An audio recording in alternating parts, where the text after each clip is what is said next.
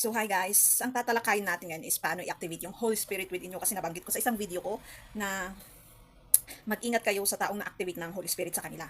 Kasi kaakilap nun is lahat ng conversation, lalong-lalo kung yung confrontation and question na may interest na i-provoke yung taong kuni-question mo. Yung gusto mo lang masira yung araw nun or gusto mo lang may masira sa mood niya. Ayan, babaliktad sa'yo. Sa'yo mapupunta yung interest mo na yun para sirain yung araw mo. Instead, ikaw ang sisira sa araw dapat nun. Kasi yun ang interest mo. Any kind of interest. Kasi isa yun sa weapon na hindi magpo-perspire, kundi magpo-perspire doon sa nakaisip ng interest na yun. Kasi we are already in front of God, of the judgment itself. You open the judgment, will come the judgment for you. And maraming verses na about women na seducing. On Ecclesiastes 7:26 yung isa, nakalimutan ko na yung isa, dalawang verse yun. About seducing and words, actions. And kakilap din nun, katumbas is male gender lang din. Kasi they are acting on feminine mostly in this generation. Like they wanted to be treated princess and using their male essence to seduce female gender. Tapos yun lang pala, players sila na gusto lang nilang makuha yung gusto nila dun sa girl na yun. Lalong-lalo sa last na yun. Same sa girl, may mga ganun na gusto nilang masidus yung guy na yun sa last na yun. They will use all means like body, talento, or beauty, then words like smear campaign. So I'm at that era na yun pala yun, yung parang you're seducing someone na pati words. Well, I'm using it in a good way kasi nagsasabi ako ng katotohanan, nagtatakal ako, nagkukwento ako, nag-observe ako, tapos sinasabi ko sa any kinds of social platform or minsan pag may nakikita mo yung taong kayang i-accumulate yung katotohanan, kailangan din nating be vigilant and observant kung sinong mga taong karapat dapat makinig nun. Kasi masasayang lang ang panahon, oras, energy sa mga taong not willing to listen. Magiging walang kwenta siya. So, paano nga ba i-activate yan? Again, shadow work, mirroring, knowing yourself, your advantage, disadvantage, your mistakes, sins, yung ayaw mo, gusto mo, healing your pains and traumas, cutting your generational bloodline curse, lahat-lahat na. Accountability, acceptance, reflection, repentance, knowing God in your life, number 1. Madami akong nakikita sa post din na the Holy Spirit is within me. Pero pag ididig mo naman, may mga taong nagko-confess na, sigurado kayong naniniwala kayo dito sa taong to. Ganito siya sa kanila, sa amin, dito. Image lang yan na sinasabi niya sa sarili niya. May mga ganun na nagsasabi para sa kanila kung hindi nila kayang sabihin. So, kung ako naman mismo din nagsasabi ng aking, mga mistakes, kasalanan, and paano nabago, parang differentiating your past and present. That's a kind of confession. Hindi kaya muslin ng tao yun. Confess yourself, especially in mistakes and sins. Mostly, kinoconfess lang ang sarili nila sa magbubuhat ng kanilang pangalan, image, nagaganda ang kanilang nai-insecure din actually sa pagko-confess ng mistakes and sins. Wow, akala mo naman kung sino na sasabing perfect, weird, lahat masasabi ng tao kahit sabihin mo yung mga magandang nagawa mo. Yun din ang sasabihin. So hayaan ang mga yun, pumasok dito, lumabas doon. Kaya may tinutukoy din akong emotional knowledge, learn emotional knowledge. Be stoic, nonchalant person. Learn the healthy ego and pride. Diba, nag-differentiate ko noon ang hindi healthy na ego and pride and healthy ego and pride. Parehas natatamaan, pero ang healthy ego and pride is kahit anong gawin nila. Disrespect, dishonesty, destroying your trust, nonchalant lang. That means they are proving who they are. At least, you've seen who they are. So next time, hanggang conversation lang. Not totally giving your energy. There are already boundaries and limitations and 100 protection. Na alam mo na kung sino yung taong yun. Kung from the first time, pinakita niya kung sino siya. So, For sure, pati yun. Yung past video algorithm na nagawa natin na paulit-ulit kong binabanggit, yung challenge na yun. May mga, for sure, kasi ilang beses din akong nakaranas ng disrespect, babae man or lalaki yan. Well, sorry, I'm different from that part in the personal. Kasi I did that only for, well, rush algorithm na nag-effect naman. I know the consequences. I already accepted, I already reflected, I already repented for the sin and mistake. Let them experience how they totally misunderstood everything and how they judge something.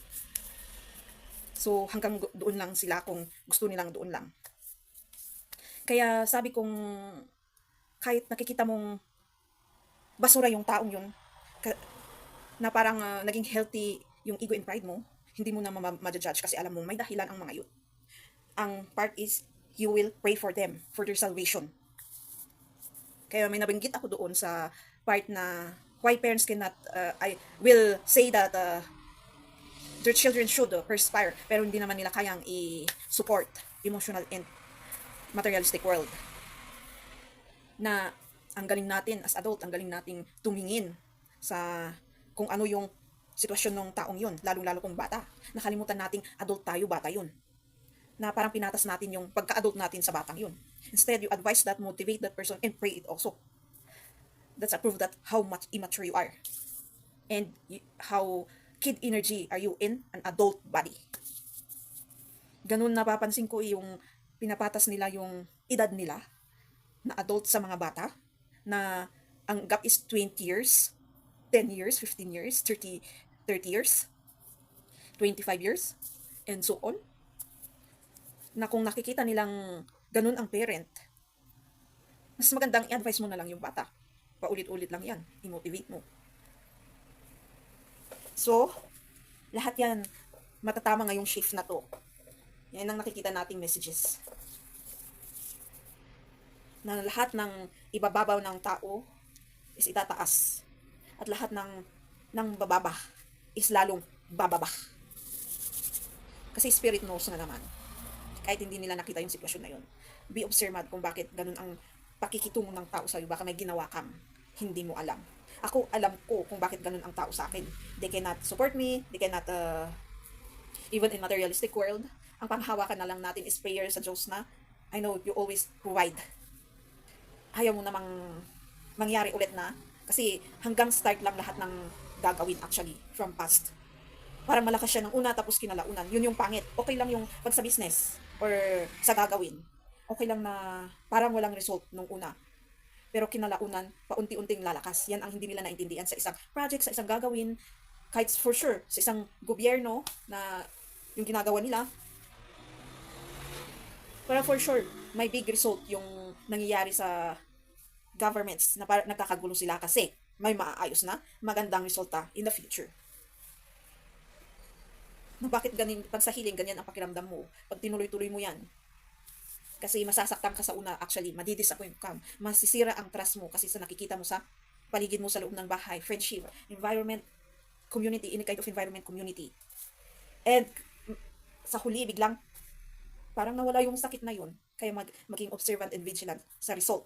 And give gratitude. Kung kahit nasaktan ka is, parang you forgive the situation. And don't forget the discernment intuition. Na parang, pag nakikita mo na yung taong yun, wala namang hurt. Pero kung iniiwasan mo yun na yung boundaries and limitation. Na, mas maganda kasing ganun. At least you still, ano ba yun? Reserve the respect itself. Or kaya mong pakitunguhan. Pero hanggang doon lang. Yun yung boundaries and limitations. And protection. Kasi kailangan din natin i-pray yung kay God, yung ibigay sa atin yung boundaries and limitations and 100 protection sa bandang ito kung may na-observe ka. Sa bandang ganyan kung may na-observe ka. Na parang hahad lang sa iyong prosperity sa abundant and materialistic world. So, kung na-activate yung Holy Spirit within you, so wala pang ninong nag-activate, nagsimula nung na-crucify si Jesus Christ. Parang yun yung isa sa in-install nila sa atin. Ang pagrating ko is to teach you how to activate it. Or to remember it, it's already teach from the very beginning. But they are not listening. The ancestors are not listening. Mapapansin mo lahat, yung intentions ng tao. Sometimes, if you misunderstand it, kusa siyang darating para i-clarify yung mga bagay na misunderstood mo. Yun yung work ng Holy Spirit. And you will be mesmerized how powerful God is to save you every time if you are welcoming mistakes and sins again. As long as you are open in everything, kahit anong banda, kahit anong mukha. Hindi lang yung i-open mo yung sarili mo sa gusto mo. Pati yung masakit dapat na sa pakiramdam, isip, at yung pakinggan. Open ka dapat doon. Accept those mga nagpapalabas o nagpupubok ng iyong hurt, hatred, anger, insecurities na minsan maglilid pa ng jealousy and greed, envy. Paulit-ulit na i-accept mo yan hanggang mawala. Kasi paulit-ulit din na darating yung kung hindi mo hakarating. So, ayan lang din. And, mag-a-add ako. So, parang paputol-putol yung kwento, no? So, di ba sabi ko is, kung anong naranasan ng lola ko, yun din mararanasan ng ano. Parehas actually na pinaparanas ng, with our experience, na ganun din ang kwento ng aking kapatid sa pakiramdam niya. It's parang masakit na magbigay both father and mother sa amin. Para sa kunting financial, special emotional, kasi hindi rin kasi nila kaya. And ganun din kasi yung treats nila sa kanila. Same parent. Alam ko kung bakit galit sila kasi nag-produce sila ng katulad ko na darating para isa lang din yun sa reason. Pero hindi nila alam na dahil dun sa pagtitreat nila sa kanila is naging ganun sila. Tapos yun mismo lang din yung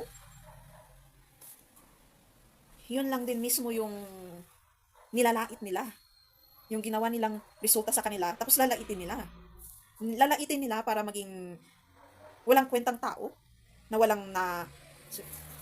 parehas kasi walang pinag-aralan hanggang high school lang sabihin natin, or elementary. Walang status na narating, na tinitingala ng past world or the 3D. Kasi nawawala na, di ba, sa shift na to. Mas tinitingnan na natin yung ugali, personality ng tao, manners, poise, value, moral, bago ang material. Nagsisimula na yan. Pero meron pa rin mga taong tinitingnan lang materialistic world. So parehas na naranasan yun, nakita ko yung effect sa aking father at ganun nga ang resulta. Tapos nag-advance din ang lait. Yung nilait nila para maging wasteful person yun, nangyari na naging wasteful person, and nilalait nila yung ginawa nilang resulta sa taong yun. Double kick, double consequences and karma sa mga taong gumawa nun. Parang kinakaibigan nga nila, pero nilalait din nila. Isa din ako doon na, pero I have a reason as a child. Na pinove naman nila when my mother has a different naman. Kasi mataas din talaga ang pangarap niya. At ginawa naman yun kahit wala siyang pinag-aralan. Pinatunayan niya na kaya niyang mag-perspire with his own capability, kung anong kaya niyang ibigay, at ganito, ganyan. Yun ang isa sa, for sure, ayaw nila sa kanya. Yung pinakita niyang malakas siya. So, I more see the part of pitying sa aking pitying itself. Ina-uplift naman niya yung sarili niya, pero meron pa rin yung pitying. Na yun lang din yung kinakat natin sa bloodline. Yung generational curse, isa yun. So, kaya mabigat, kasi from the bloodline of the father and bloodline of the mother nagsama, kailangang malakas na tao ang gagawa nun. I've seen the result of total 100% human blood. Na meron pa rin yung hindi kayang i-accumulate ng isang tao. Na ano pa rin siya na na sisira yung fighting spirit ng isang total human. Fighting spirit niya dahil sa emosyon. So, kailangan i-activate yung Holy Spirit para kahit dumating yung part na yun, the second death. Kasi kahit may faith ka, believe ka, kung hindi mo i-activate yun, is masisira pa din. So, yung personals na from the bloodline of Adam and Eve, from all over the world, is more on emotional, I can say, than using the brain also before coming to emotions. Parang inuuna yung emotions muna bago mag-isip. Kaya minsan yung actions na gagawin, sasabihin is more on emotions na nakakapaglabas ng pag ikaw na awakened or enlightened, makakapaglabas din ng insecurities sa'yo. Bakit laging ganito yung taong to? Bakit laging ganyan? So you have to stand to welcome fully and willingly the Holy Spirit within you. Pero meron man naman mga taong nag-proof na kaya nilang i-activate yun, yung Holy Spirit within them.